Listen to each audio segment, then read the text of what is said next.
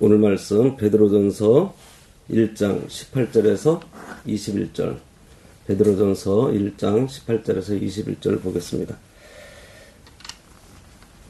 너희가 알거니와 너희 조상이 물려준 헛된 행실에서 대속함을 받은 것은 은이나 금같이 없어질 것으로 된 것이 아니요 오직 흠없고 점없는 어린 양 같은 그리스도의 보배로운 피로 된 것이니라. 그는 창세전부터 미리 알린 바 되신이나 이 말세에 너희를 위하여 나타내신 바 되었으니 너희는 그를 죽은 자 가운데서 살리시고 영광을 주신 하나님을 그리스도로 말미암아 믿는 자니 너희 믿음과 소망이 하나님께 있게 하셨느니라. 오늘 말씀의 제목은 창세전에 하나님과 함께 하신 분입니다.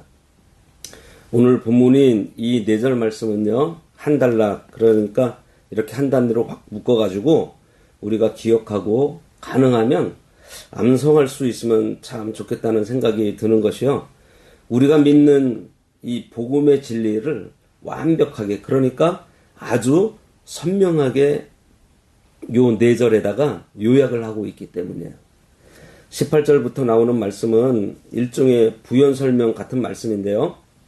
바로 지난주에 본 앞에 17절까지 해서 우리가 하나님의 구원 역사의 주인공이라는 것을 보았습니다.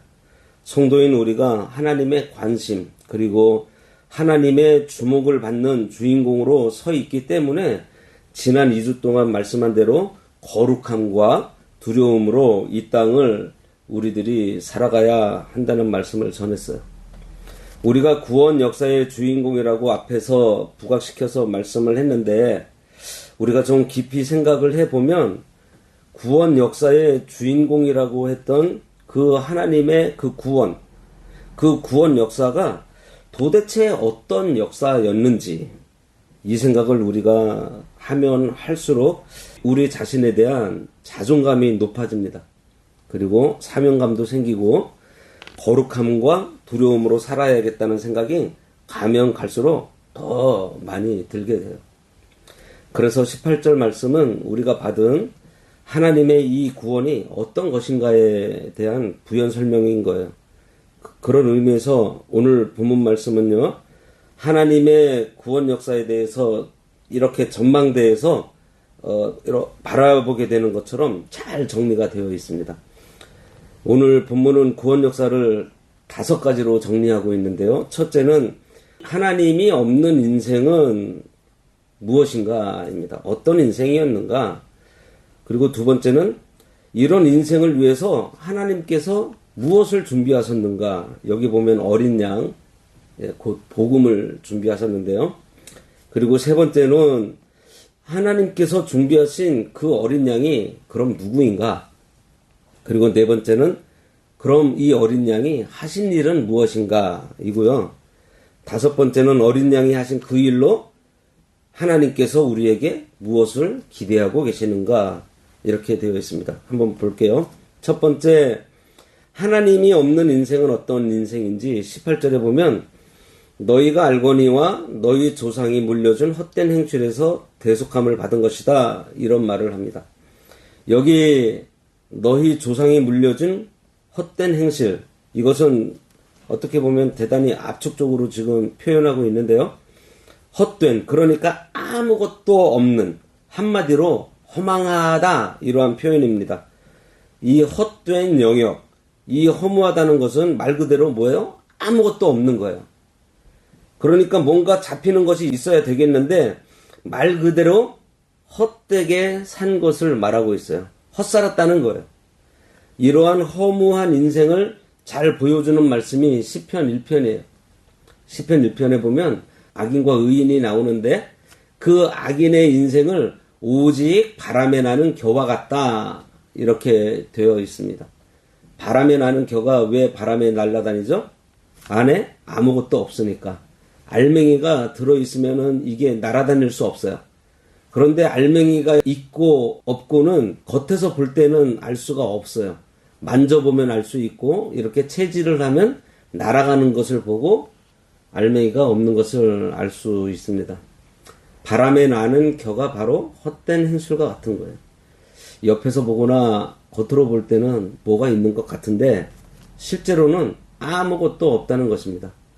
이게 하나님이 없는 인생이 마치 그와 같다는 거예요. 대단해 보이고 뭔가 누리는 것 같고 행복한 것 같은데 인생을 다 살고 하나님 앞에 딱 서게 될 때 그때 보니까 그게 전부 공허한 일들이었다. 이걸 말씀하고 있어요. 하나님과 상관없이 이루었던 일들. 그러니까 하나님께서 인정하지 않은 일들. 그렇게 하나님께서 인정을 안 한다는 것은 아무것도 아닌, 아무 의미도 없는 일이라는 거예요. 뻥 뚫린 인생. 한마디로 무의미한 인생. 이 무의미하다는 것보다 더 무서운 것이 어디 있겠어요. 목표를 가지고서 열심히 살았는데 그게 아무것도 아니었던 거예요. 평생을 그렇게 살았는데 참 무섭습니다. 살았는데 이렇게 누렸는데 또 먹었는데 아무것도 없는 실제로는 정말 헛질을 한 것이나 마찬가지라는 거예요. 뻥 뚫려 있는데 이 뻥 뚫려 있는 인생이 그냥 뻥 뚫려 있는 게 아니고요. 여기 보면 조상이 물려주어서 받았다라고 하면 뭐죠? 뭐 이어져 내려왔다 이런 생각을 하겠는데요. 여기서 이 조상이 물려줬다는 말을 굳이 이렇게 강조를 하고 있는 것은요. 혹시 굴레라는 말 있죠? 굴레에서 벗어날 수 없다. 이런 의미입니다. 이것은 내 선택과 상관없이 그러니까 말 그대로 뻥 뚫린 허무하고 공허한 인생이 하나님이 없는 인생이라는 것이고요. 이런 인생을 살고 있었다는 사실을 구원받고 난 뒤에 알고 나면은 다시는 그런 인생으로 돌아가서 살고 싶은 사람은 한 사람도 없을 것입니다. 문제는 그런 인생을 살고 싶지 않은데 그런 인생을 안 살 방법이 없다는 거예요. 누구든지 그런 인생, 하나님을 떠난 인생을 살 수밖에 없는데 왜 그런가 하니 뭐예요? 어떤 거대한 굴레 속에 마치 갇혀있는 존재이기 때문에 그렇다는 거예요. 허무한 인생이라는 것이 어느 한두 사람의 문제가 아니라 모든 사람들이 그 허무한 인생을 살 수밖에 없는 그 굴레 속에 있을 수밖에 없는, 그러니까 왜냐하면 그 속에서 태어났기 때문에 그 속에서 마치 우리가 내 의지로 대한민국 국민을 선택한 사람 아마 아무도 없을 것입니다. 여기에 대해서 불만이나 무슨 만족이니 뭐 이런 생각을 할 틈도 없이 우리는 아예 그 속에서 그냥 태어난 사람들이에요. 그죠? 말하자면 이것은 하나의 굴레인 거예요. 좋은 의미든지 나쁜 의미이든지 그거와 상관없이 우리의 선택과 상관없이 그냥 거기에 속해 있다는 거예요.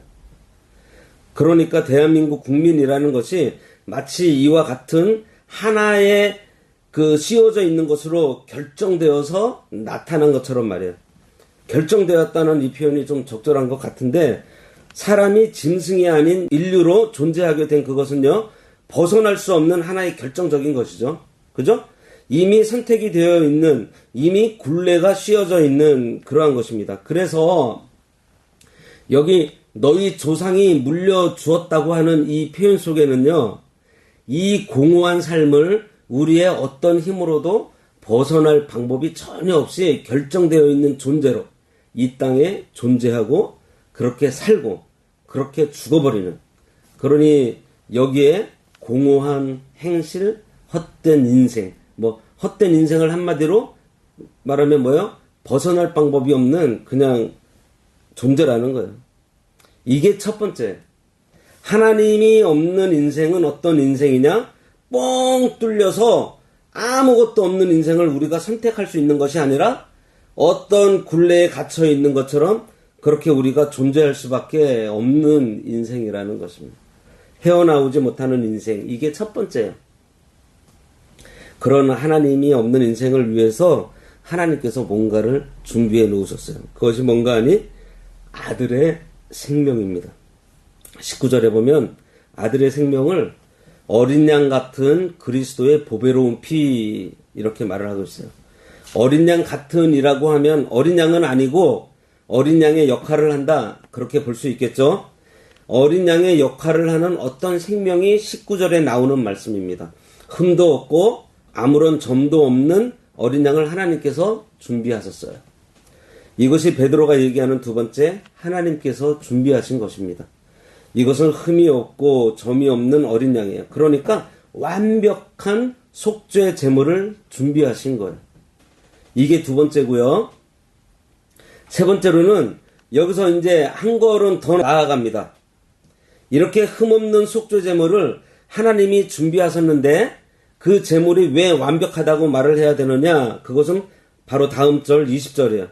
하나님께서 준비한 그 어린 양이 누구냐 하면 창세전부터 미리 아신 바 되시니 이렇게 되어 있어요. 그리고 이어서 말세에 너희를 위하여 나타내신 바 되었으니 보세요. 우리의 지각을 이미 뛰어넘어 버렸습니다. 창세전부터 하나님이 이미 알고 있는 분, 이 세상이 만들어지기 전부터 하나님께서 너무너무 잘 알고 있는 어떤 한 분, 그분이 기다리고 기다리다가 이 말세에 나타내신 바 되셨다. 이렇게 지금 얘기하고 있습니다. 오늘 베드로는 어린 양의 역할, 그 완벽한 대속물의 역할을 하신 그분의 기원을 창세전으로 지금 끌고 올라가고 있어요. 우리가 상상할 수 없는 영역으로 끌고 가는데 창세전에 있었던 이는 누구예요? 창조주밖에 없잖아요. 세상의 기초가 놓이기 전에 이미 존재하신 분은 창조주밖에 없습니다. 그래서 베드로가 지금 하고 있는 이 말씀은 창세전에 이미 하나님과 교제하신 그분이 세상에 나타났고 내가 그분을 섬겼고 그분과 함께 있었다고 베드로가 얘기하고 있는 거예요. 신약시대 교회에 삼위일체 교리가 세워질 때 하나님의 전적인 간섭과 역사가 있었어요. 성경에는 삼위일체라고 명확하게 명시되어 있지 않습니다.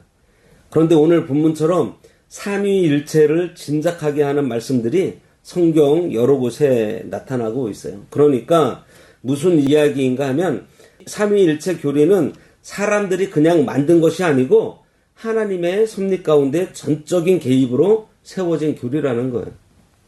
초대교회 때 아타나시우스의 삼위일체론이 정리가 되고 있는데 우리가 믿는 이 기독교의 가장 중요한 뿌리가 되고요. 이슬람교에서 제일 싫어하는 진리가 바로 예수님은 하나님의 본체시다라고 하는 이 진리예요. 이 삼위일체 교리를 그렇게 싫어합니다. 이것이 초대교회에 정리된 것도 하나님의 섭리 가운데 이루신 일이고요. 정리된 이 진리가 선교적인 그 동력을 얻어서 지금까지 우리들에게 이어지게 된 것도 하나님께서 역사하신 거예요. 여하튼 오늘 베드로가 전하는 것은 어린 양 같은 그분이 창세전부터 하나님과 함께 하시는 창조주로 계신 분이었다는 거예요. 이것이 세 번째고, 네 번째로는 그 어린 양을 하나님께서 어떻게 하셨는가?